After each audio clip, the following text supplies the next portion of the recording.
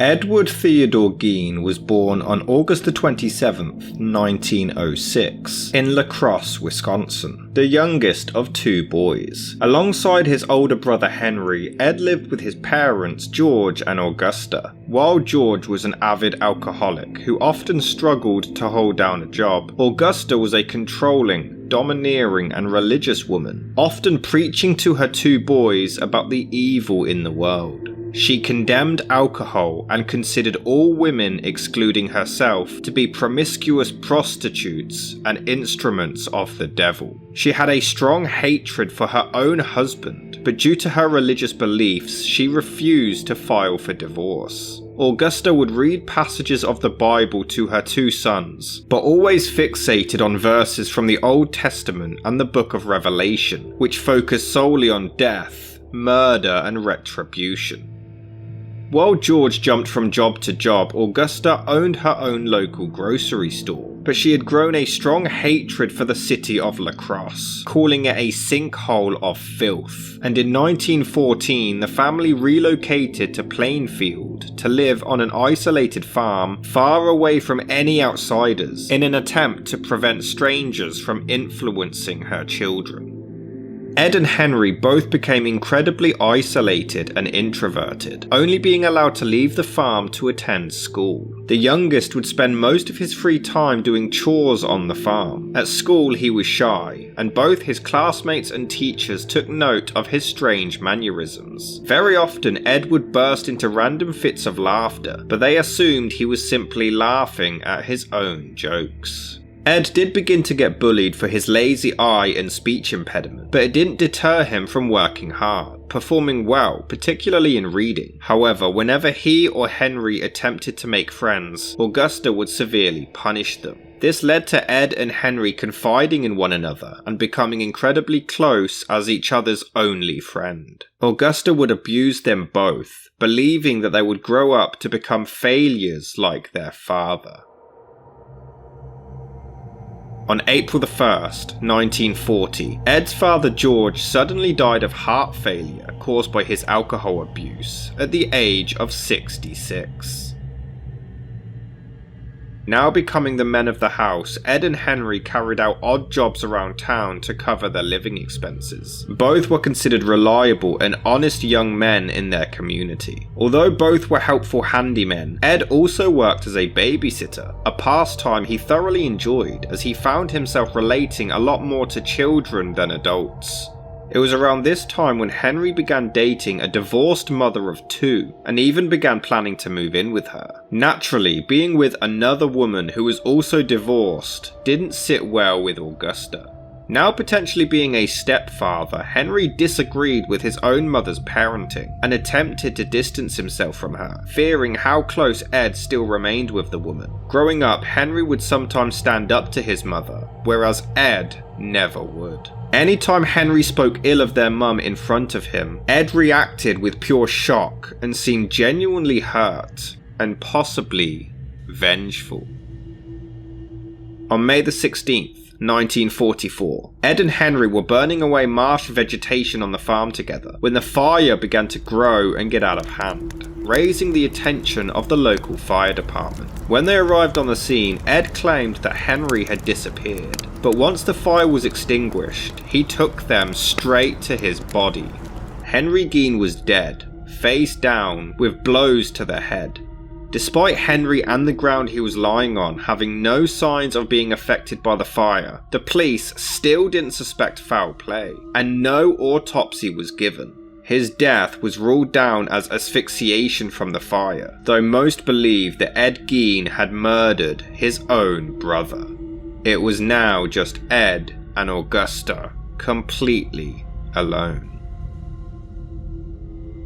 Not long after her son's death, Augusta suffered a paralysing stroke, and Ed vowed to be her full-time carer. At some point in 1945, the mother and son visited a local man named Smith to purchase some straw. During this encounter, Smith began violently beating a dog to death. At one point, a woman came out and yelled at him to stop, which greatly upset Augusta. But it wasn't the fact that a dog had been killed, but the fact that a woman who wasn't married to Smith was inside the house. Mrs. Gein suffered a second stroke not long after, and was now living on borrowed time. It was here when her mood would frequently switch suddenly. Sometimes she would treat Ed kindly, speaking softly and even letting him sleep in the same bed as her, while other times she would completely change, berating him and accusing him of being a complete failure like his father. On December the 29th, 1945, Augusta Gein passed away at the age of 67, leaving Ed devastated and completely heartbroken. He had lost his only friend, his true love, and was now completely alone. After his mother's death, Ed was solely in charge of the farm. He boarded up any room that was used by her, including all of the upstairs, the downstairs parlour and living room. He left them completely untouched and began living in a small utility room next to the kitchen. But without his mother, the rooms that he did occupy became disorganised, messy, and unhygienic. He still managed to do odd jobs around town in order to survive, but then he began reading pulp magazines and adventure stories including cannibals and Nazis, as well as studying books on the human anatomy. On May the 1st, 1947, Carol Florkey gave 8-year-old Georgia Weckler a lift home from school in Jefferson, Wisconsin, but she didn't take her all the way to the door. Instead, she dropped the child off at the half-mile lane that led up to her farmhouse. Carol watched as Georgia stopped to open the family mailbox to remove some mail. She then gave a final wave to Carol and turned to head home, but was never seen again. 2 years after his mother's death, Ed met an older man by the name of Gus, and the two of them began robbing graves together, usually middle-aged women who resembled Augusta. Gein would often browse the obituary column in the newspaper in order to get as fresh a corpse as possible. He began taking the bodies home and dissecting them, using the remains as decoration. At this point, he decided that he wanted a sex change, and began forming a woman suit, hoping to recreate his own mother and quite literally climb into her skin. He would often walk around the house wearing human skin, and sometimes even used female genitalia to hang over his own crotch, taking on the role of a female himself. In 1951, Ed received a farm subsidy from the government, while he also worked for road crew and crop threshing crew in the area. It was around this time when Ed's friend Gus was sent to a care home, leading to him having to rob graves entirely on his own. And it was this incident that made Ed decide he should no longer rob graves and should switch to murder. That same year, hunters Victor Travis and Ray Burgess vanished in the woods near Ed Gein's property. Their jacket and dog were the only things left behind. At some point during this time, Ed also sold an area of land that was owned by his late brother Henry. On October the 24th, 1953, 15-year-old Evelyn Grace Hartley vanished in La Crosse whilst babysitting, and she has never been found. At some point in 1954, 32-year-old James Walsh, who was a neighbour of Ed Gein's, mysteriously vanished and was never located. On December the 8th that same year, Ed Gein visited tavern owner Mary Hogan, where he fatally shot her, but her fate would be unknown, remaining a missing person for 3 more years. In 1956, 30-year-old Irene Keating disappeared and was never found. On November the 16th, 1957, hardware store owner Bernice Warden completely vanished. Locals saw the store's truck driving away from the rear of the building at 9:30 AM, and the store then remained closed for the entire day, though this didn't raise much suspicion at the time, most believing that this was simply due to it being deer hunting season. It wasn't until 5 PM when Bernice's son, Deputy Sheriff Frank Warden, entered the store to investigate to find the cash register open with blood stains across the floor. He had remembered that he encountered Ed Gein in the store the evening before, who advised him that he would be returning the next morning for some antifreeze. And just as promised, the final receipt written by Bernice found at the scene of the crime was for some antifreeze. Ed was soon hunted down and arrested while his farm was searched, but the police weren't prepared for what they would find. Inside, they discovered the decapitated body of Bernice Warden, hanging upside down by her legs with a crossbar at her ankles and ropes at her wrists. Her torso was dressed out like a deer, and she had been shot with a .22 caliber rifle, but the mutilation only happened after she was already dead. Inside his home, they found 4 noses, whole human bones and fragments, 9 masks of human skin, bowls that were made from human skulls, 10 female heads with the top sawed off, chair seats made from human skin, Mary Hogan's head in a paper bag, Bernice Warden's head in a burlap sack, 9 vulvas in a shoebox, skulls impaled on his bedposts, organs in the fridge, a window shade made from a pair of lips on a drawstring, a belt made out of female nipples, and a lampshade made from the skin of a human face. It took a whole week for the police to completely clear out the house and find all of the evidence. Once interrogated, Ed Gein initially denied all wrongdoing, but then soon confessed, but only to 2 murders, Bernice Warden and Mary Hogan. He maintained that he didn't kill his brother and denied being involved in any of the aforementioned disappearances. To justify how he had so many remains inside his house, he claimed that he spent 5 years visiting graveyards at night and it was completely beyond his control. He claimed to have entered a daze-like state, which led him to the cemetery, but most of the time he would snap out of it and go home empty-handed. Unfortunately, other times he would not, and would dig up the bodies, take them home, and tan their skins for his sick displays.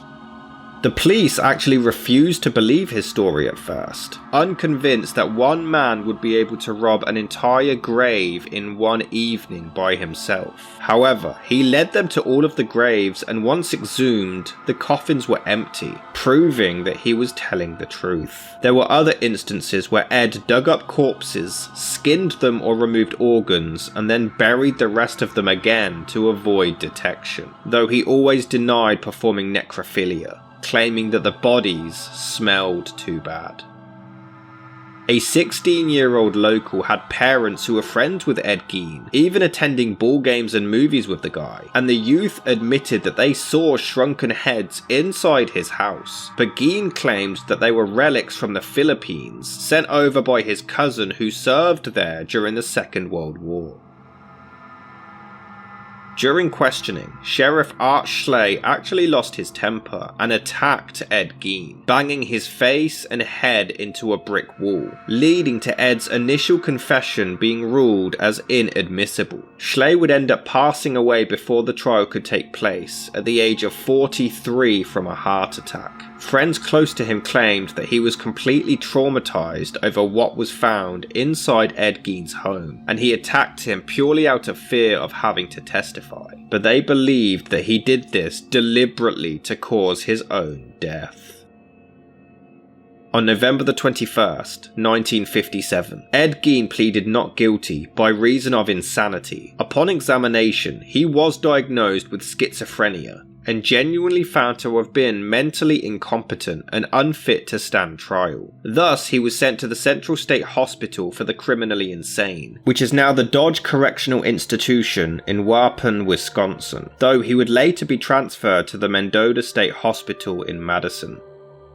Ed's farmhouse was sold for $4,700, which is around $44,000 today, and his possessions were scheduled to be auctioned off and the house and land be sold as a tourist attraction. However, on March the 20th, 1958, the house suddenly caught fire and burned to the ground. A nearby cleaning crew had started a garbage fire around 75 feet away from the house, and this was considered to have been the cause. However, though the hot coals were recovered recovered from where the fire originated, it didn't spread along the ground to where the house was, so some believe that locals torched the house in protest. When Ed was informed that his childhood home was burned down, he simply shrugged and replied, "Just as well."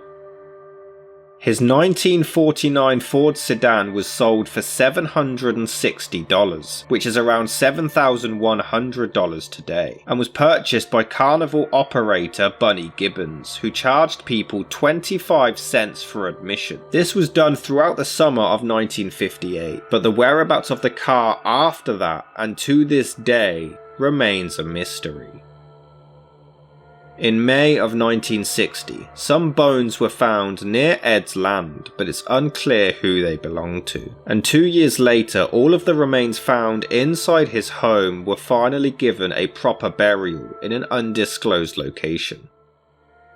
Ed Gein spent 11 years inside before doctors determined that he was actually mentally capable of conferring with counsel and participating in his own defense, so another trial was ordered. On November the 7th, 1968, the trial began, but it only lasted 1 week and was held without a jury. On the 14th, Ed Gein was found guilty, but he was only charged for the murder of Bernice Worden, as they felt charging him for the confession of killing Mary Hogan would have been a waste of money. They then held a second trial to determine his mental state, in which he was again found to have been not guilty by reason of insanity, and was once again sent to a mental hospital. During this time, Ed Gein spoke with a psychiatrist and claimed that he wasn't sure if he intentionally killed Bernice Worden or if it was a complete accident. He suddenly changed his story and claimed that he was in the hardware store examining a gun when it accidentally went off and killed her, but he was adamant that he didn't deliberately aim it at her or anything. He also claimed to not remember anything else about that morning afterwards. Whilst locked inside, Ed never did any interviews or participated in any news stories, but he was described as a docile and amenable patient. He spent his time participating in occupational therapy, making rugs, polishing stones, and he gained an interest in radio ham. Nurses described Ed as being the perfect patient, and if they were all like him, they would have no trouble at all. Though other female members of staff admitted that he made them feel incredibly uncomfortable when they would catch him staring at them. In 1974, Ed did appeal to try to get an early release, but this was denied.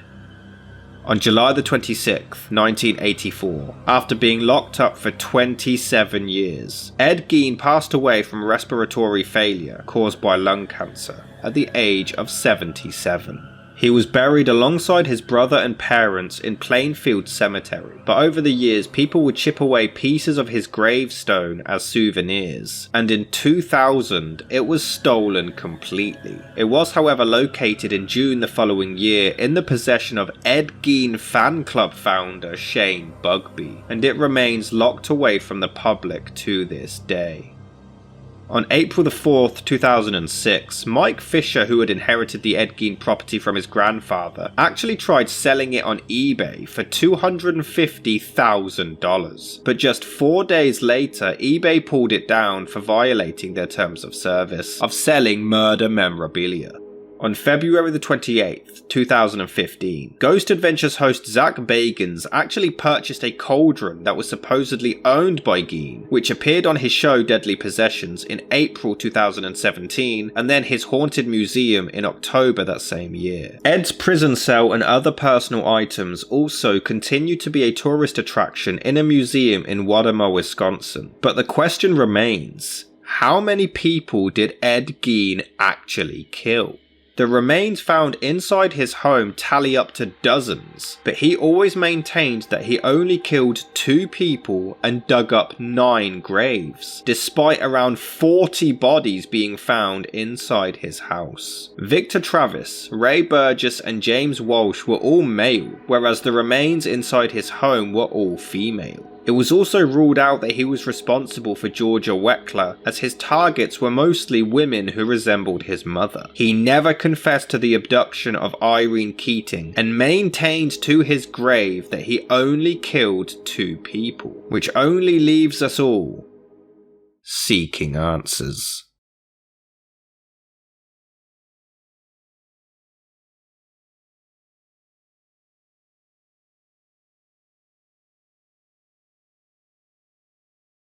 Hello guys, this is Rob from Seeking Answers. I really hope you enjoyed that episode. If you do want to see more, please consider donating to Patreon or clicking that join button below to become a channel member. Unfortunately, YouTube's monetization doesn't really cater to the content that we make, so we do need all the help that we can get. I also realised that not everyone is able to give a monthly payment, so there is now a PayPal link in the description if anyone does want to donate a one-off payment. Doesn't matter the amount, any amount is appreciated. And if you do a one-off payment, you'll be able to request a case for us to cover, and it will really go towards helping the channel out and continuing to grow the community. Any amount is appreciated and it will go towards keeping this channel alive and making more content, going on location more. You will get perks in exchange and you will help really give this channel the boost it needs. Thank you for all of your support and tune in next week for another video.